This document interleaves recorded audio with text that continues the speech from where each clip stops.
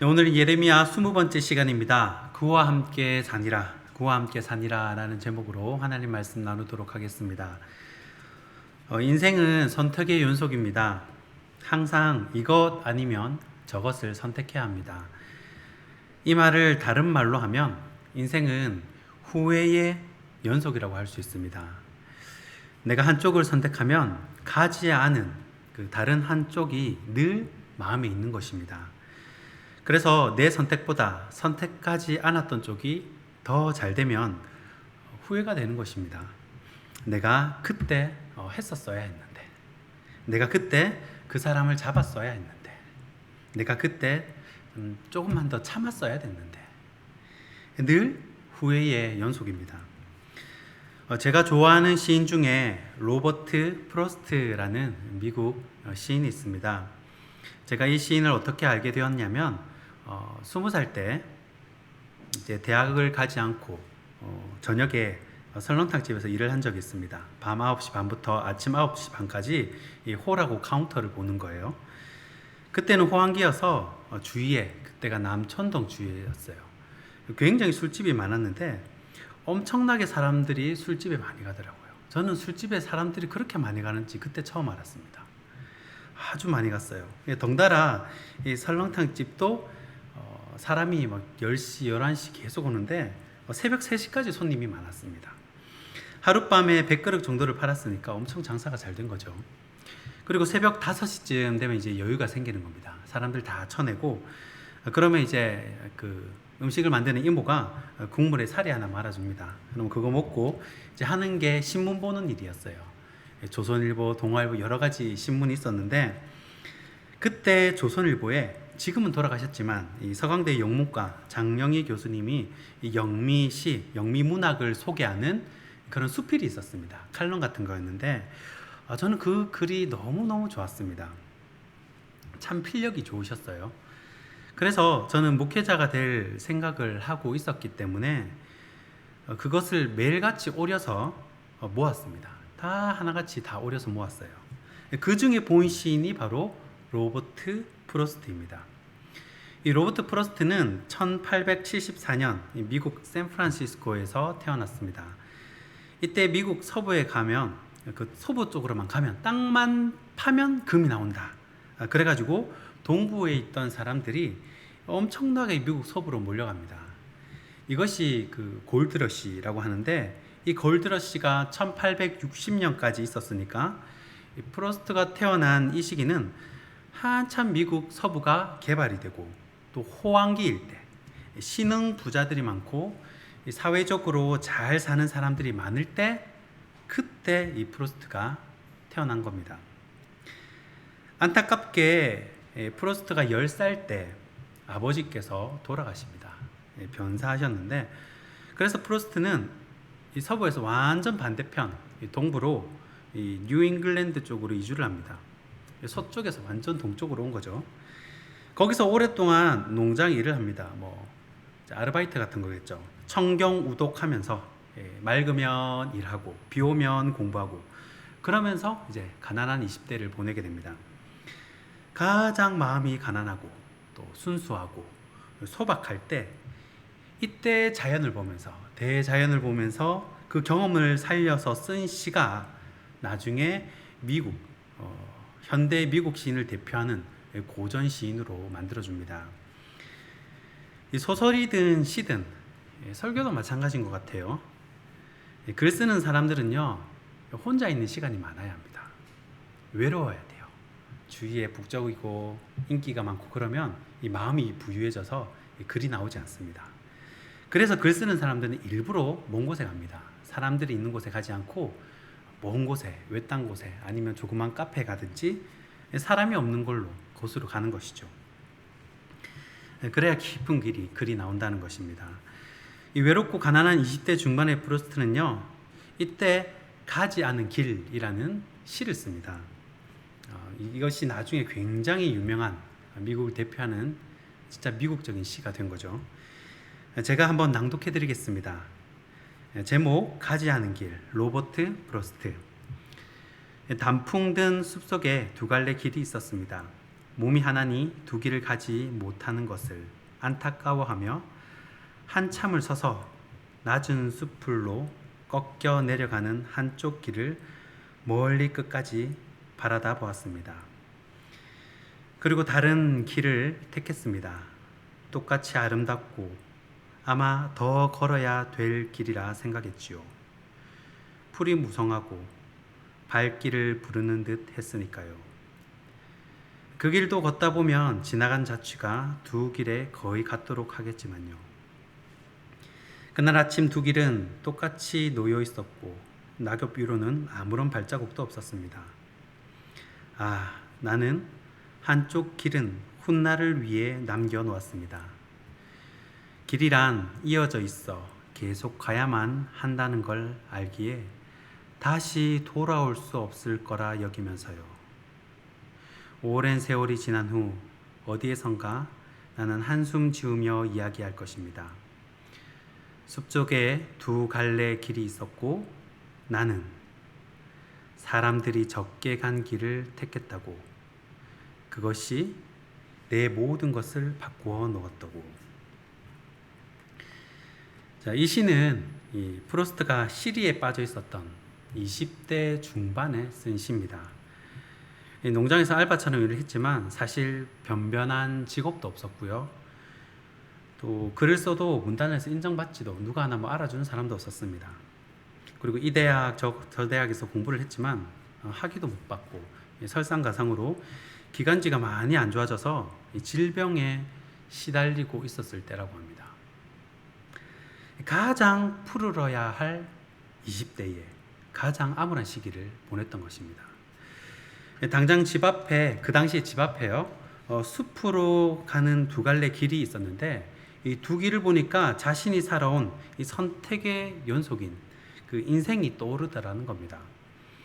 비록 젊은 시절은 가난하고 암울했지만 이런 시들로 하여금 나중에는 미국을 대표하는, 나중에 대통령 취임식 때 시도 낭독하는 가장 미국을 대표하는 시인이 되었습니다. 저는 이 시구 중에서 사람들이 적게 간 길을 택했다라는 구절이 참 마음에 와닿았습니다. 왜냐하면 예수님이 이 길을 가셨거든요. 또 예수 믿는 길이 이 신앙을 가진다는 것 자체가, 사실 예수를 믿는 사람들이 퍼센테이지로 따진다면 전 세계 20%, 30% 될까요? 대부분의 세상 사람들은 넓은 길로, 다른 길로 갑니다. 믿는 사람들이 적고 좁고 협착한 길로 간다는 것이죠. 시인은 답답하고 가난한 현실 속에서 얼마나 후회를 하며 살았겠습니까? 쟤네들은 부모 잘 만나서 저렇게 하고 싶은 공부도 하면서 캐딜락 차를 몰면서 즐겁게 인생을 사는데 나는 끼니 걱정을 하며 내 사는 것이 왜 이럴까? 얼마나 고민을 많이 했겠습니까? 프루스트야 나중에는 성공한 시인으로 이름을 날렸지만 이 예레미야는 평생을 힘들게 살았습니다. 사역도 안 되고요. 또 관계도 다 깨지고 또 전과는 계속 늘어요. 감옥에 들어갔다 나왔다 들어갔다 나왔다 전과만 계속 늘고, 또 생각해서 말씀을 전했더니 백성들은 오히려 자신을 죽이려고 하고 얼마나 인생이 힘들었겠습니까? 그런데 그런 예레미야의 인생에 역전할 좋은 기회가 찾아온 겁니다.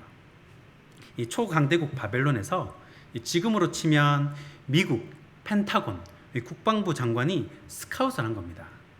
얼마나 좋은 기회입니까? 그런데 예레미야는 거절을 합니다. 참 왜 거절을 했을까? 그리고 거절하고 후회는 하지 않았을까? 그때 바벨론으로 갈아탔어야 되는 건데 괜히 예루살렘 남는다 해가지고 이 고생하고 혹시 이런 생각은 하지 않았을까? 우리 삶에 후회가 생길 때마다 우리는 우리 존재의 목적을 다시 돌아보아야 합니다.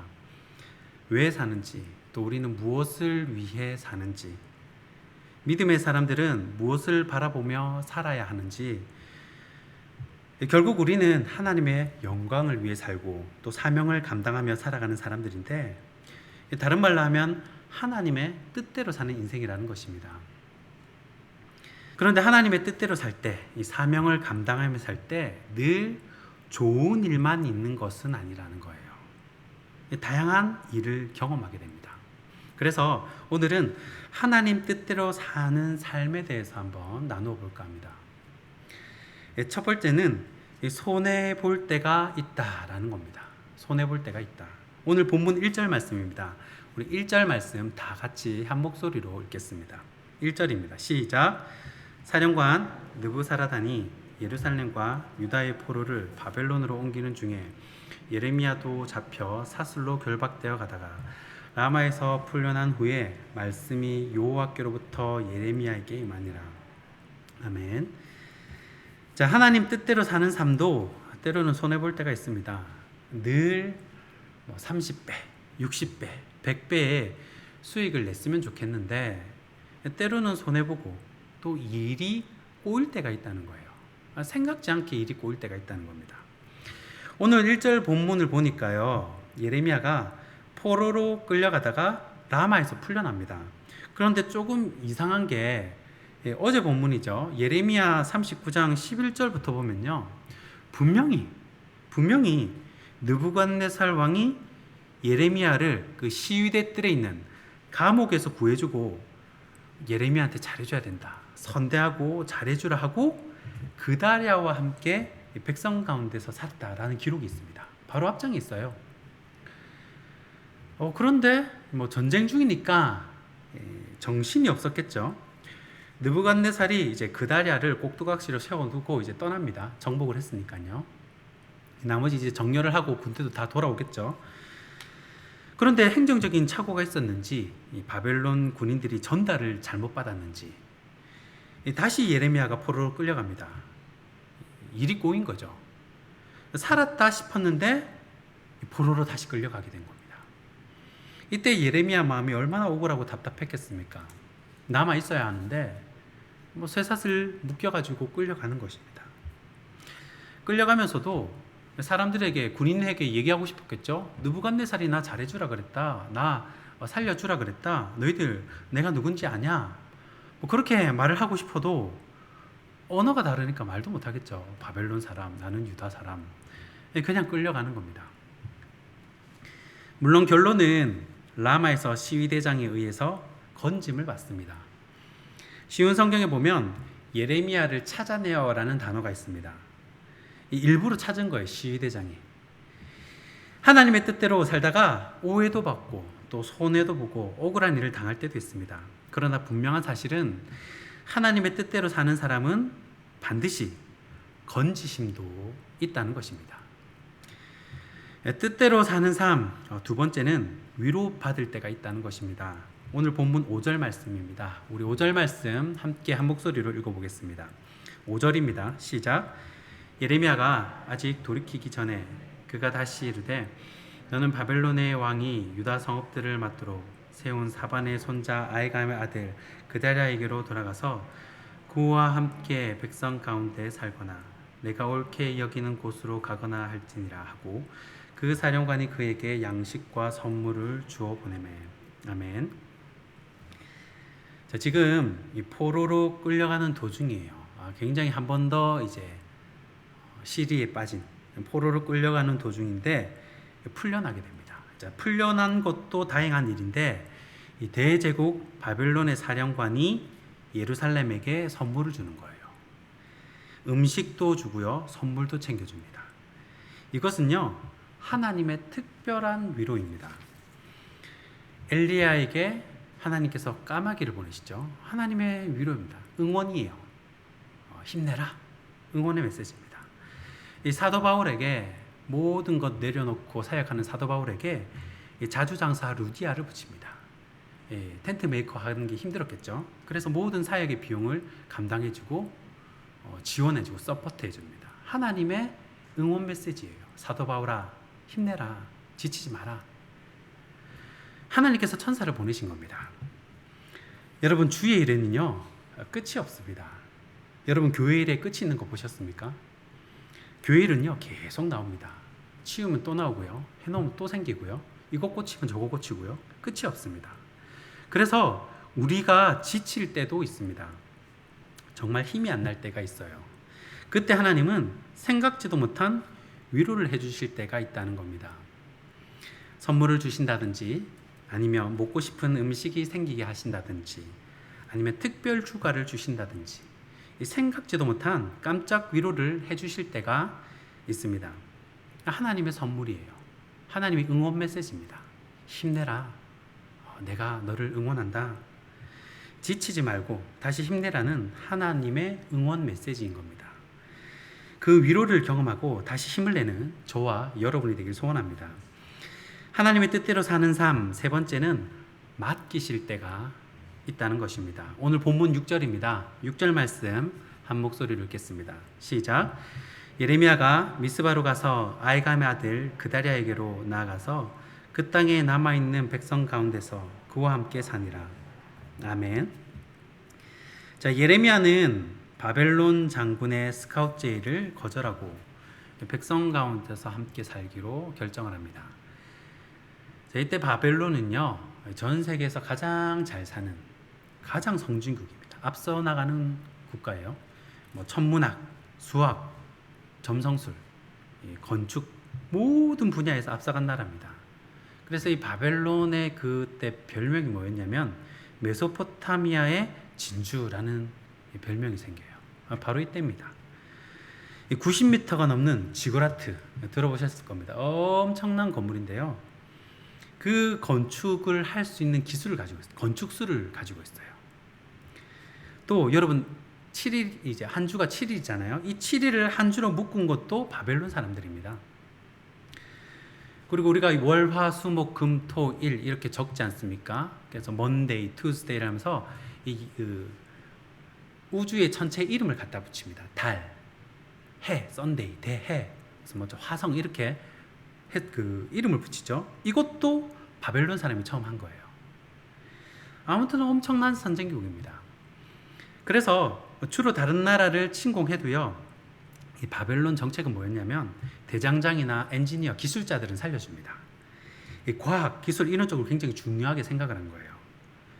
그리고 또 하나 살려준 사람이 바로 예언자입니다. 이 바벨론은요, 이 별을 이용해서 점치는 것이 굉장히 발달했습니다. 이 점성술이, 그러니까 별을 굉장히 많이 관찰하고 별에 대해서 굉장히 발달이 되어 있었습니다. 그래서 예언자들이 굉장히 대접을 받습니다. 왜냐하면 그것이 전쟁의 승패에 먼저 물어보고 나가니까요. 그래서 영화 300 같은 거 보면, 옛날에 고대 그 전쟁 영화 같은 데 보면 디오니소스 장군이 페르시아와 싸우기 전에 300명 군사 데리고 나가기 전에 높은 신전에 올라가 가지고 전쟁의 승패를 물어보는 장면이 나옵니다. 예언자한테 찾아간 거예요. 그런 의미에서 이 바벨론은 예언자들을 굉장히 우대하는 거죠. 그러니까 이 예레미야도 얼마든지 바벨론으로 가가지고 이 남은 여생 편안하게 보낼 수도 있었습니다. 노후가 보장이 되는 거죠. 예레미야 입장에서는 그 자기 민족 남유다 사람들이 얼마나 지긋지긋했겠습니까? 말도 안 듣고요, 속만 썩이고 또 엄청 또 괴롭혔어요. 그러니까 이때 여기까지다, 끝났잖아요. 다 파괴되고 다 끌려가고 성전 무너지고 끝났잖아요. 이때 발 탁 털고 여기까지, 그러고 바벨론 가도요 욕할 사람은 아무도 없습니다.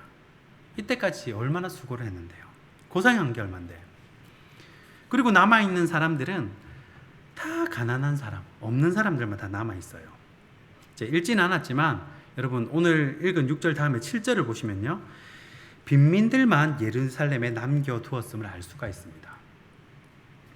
저는 이 사람들 때문에 이 엘리야가 남아있지 않았을까 하는 생각이 들었습니다.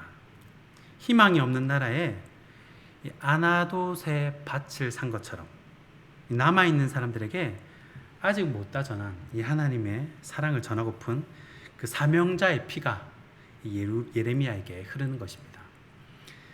목자는 양떼가 있는 곳으로 가야 합니다.